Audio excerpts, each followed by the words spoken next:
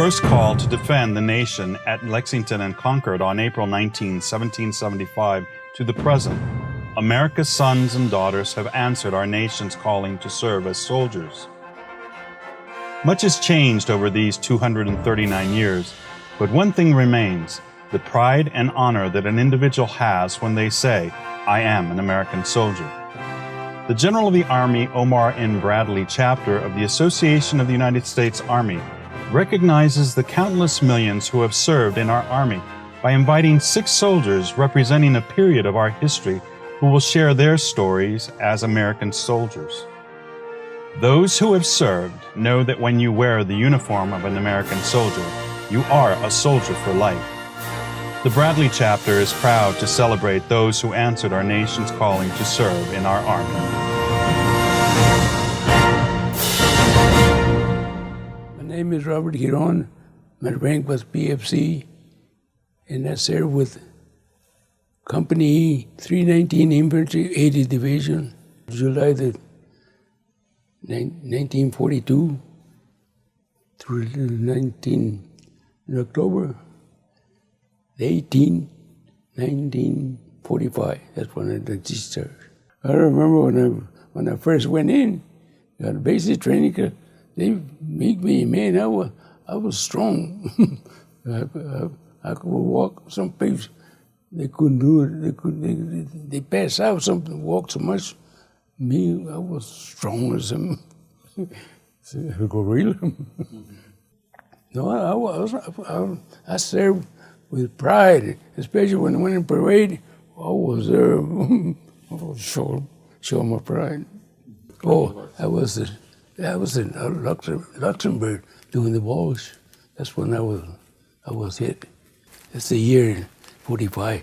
When I got here to El Paso, I got a Brown Star because I was combat infantry. It wasn't just infantry, it was combat. It was called combat infantry. My name is Edward Greer, Major General, retired U.S. Army. I am a veteran of World War II, the Korean conflict, and Vietnam. I guess some of the best memories I have of having been an American soldier is having had a chance to see a little bit of the world. That flag represents the unit, my first unit, major unit, that I was assigned to after basic training, which I spent 16 weeks at Fort Sill, Oklahoma. That flag represents Charlie Battery of the 777th Field Artillery Battalion. I went in that outfit as a private, and at the end of World War II, when we disbanded the outfit, I was the first sergeant of C Battery. And of course, having had that opportunity, I took the battery flag, and it has been with me and a part of my paraphernalia ever since. That's a picture of me being awarded the Silver Star by the Commanding General of the 25th Division at that time, General King. I feel very proudly of it. I'm very blessed to be alive as a result of that action, but I don't look at that as anything negative. I look at it as a positive because we were able to complete the mission and also take care of our soldiers. My name is Edwin S. Stone III. I was commissioned a second lieutenant at the Citadel 30 May 1964 and graduated that same day with General Mark W. Clark awarding me my diploma. From there I was called to active duty October the 15th, 1964, right here at Fort Bliss to attend the Basic Air Defense Officer School. And I served in every position in a battalion except battalion command and executive officer, all the way from second lieutenant as a platoon leader up to S3 as a major. I had some really terrific times. The thing that made the military for me were the people. I am receiving my graduation diploma from General Mark W. Clark, president of the Citadel, on May the 30th, 1964. He was a four-star general, retired, and he is most known for having commanded the Fifth Army in Italy during World War II. He was a West Point graduate, a fine man. My name is Clementina Cano Perez. I've been active almost 12 years, and I'm a combat medic. Some of my best memories are during my deployment operations, where I get to see that all of the training that the Army makes sure you receive on your job field does pay off. And being a combat medic, I am able to take a little part of making sure my brothers and sisters make it home safe to their loved ones. My name is Rebecca Holland. I'm a staff sergeant in the United States Army. I've been active duty for about 6 years now, and I'm a paralegal. Some of the best memories I've had while being a soldier is preparing for months to take a big case to trial, and at the end coming out victorious and just knowing that justice has been served. I'm PFC Gregory. I've been active for almost about a year now. My position is a grenadier with my team leader. I'm the third man in our wedge. I'm pretty much point man when we go into a building. He has my back. I'm pretty much first man in. I know he's always going to be right there with me. To be able to do that with all my teammates, to trust them to go into the room in the live fire, is just awesome. But I got enough training that I wasn't afraid. Even the fire in their nose, I was kept down because that's what it would do when you was in. they fired so far that we crawl underneath. If we don't try it, we could be dead. Mm-hmm. So it didn't scare me. That was good. The morale was good. I didn't have no fight with them. No, they treat me good. So I treat them too. I am holding the skirt of a Viet Cong flag that was left one night in a hamlet that was attacked while I was on Tactical Operations Center duty for the team in the Vietnamese compound. And this flag was furled around a piece of solid bamboo, and it was brought up the next morning by the local village chief and left on my desk for me. And I had gone off duty and had gone to bed. I had been up for 45 straight hours by the time the flag made it to my office.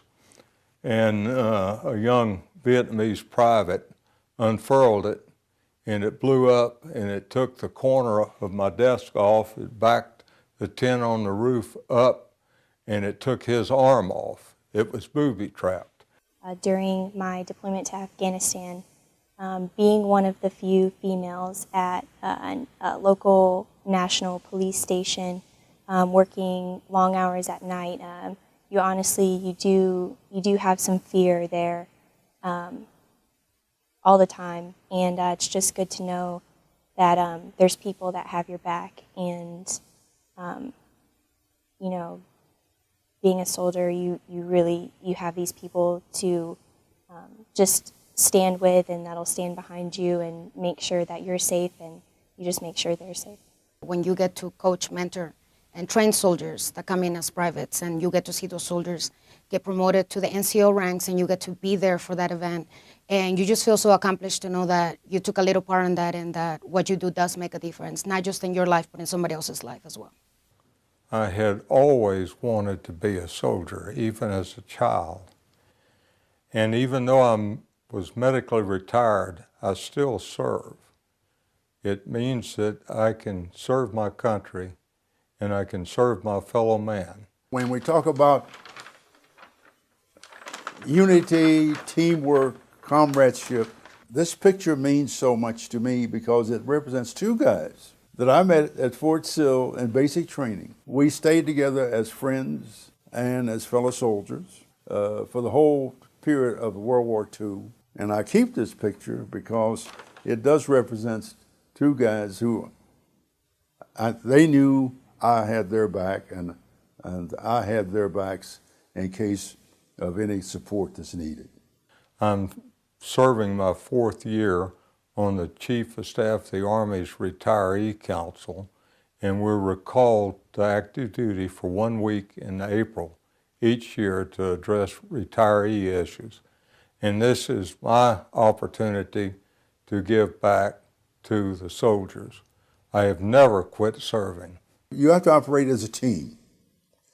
I mean, there are none of these things that are done or accomplishments are done by purely the individual.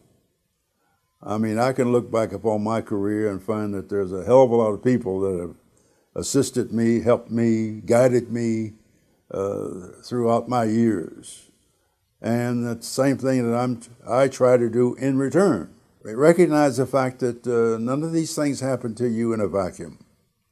So it is necessary that we recognize that the team spirit, the comradeship, the bonding that goes on continues up and down the chain of command. So that's quite important, and I think that if we are to prosper and continue to prosper as a service and as a nation, we have to be cognizant of that fact that it's the team effort that's going to count. At the beginning, I joined the military as an opportunity to advance my life, my career, and be able to attend college. Now what it means to me to wear the uniform, it's more than just that. I take great pride in my service, and I've given so many opportunities by being a service member. And now it's more than just about that. It's a brotherhood and sisterhood that I decided to join and that I'm very proud to be a part of.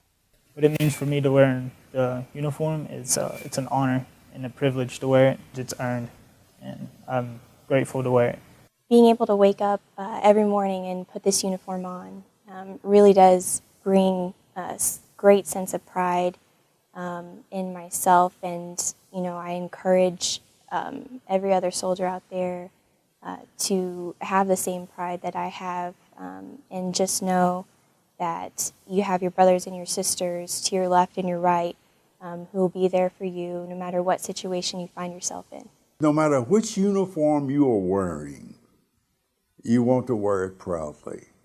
Represent not only yourself, but see, you're representing yourself, your unit, your team, your country.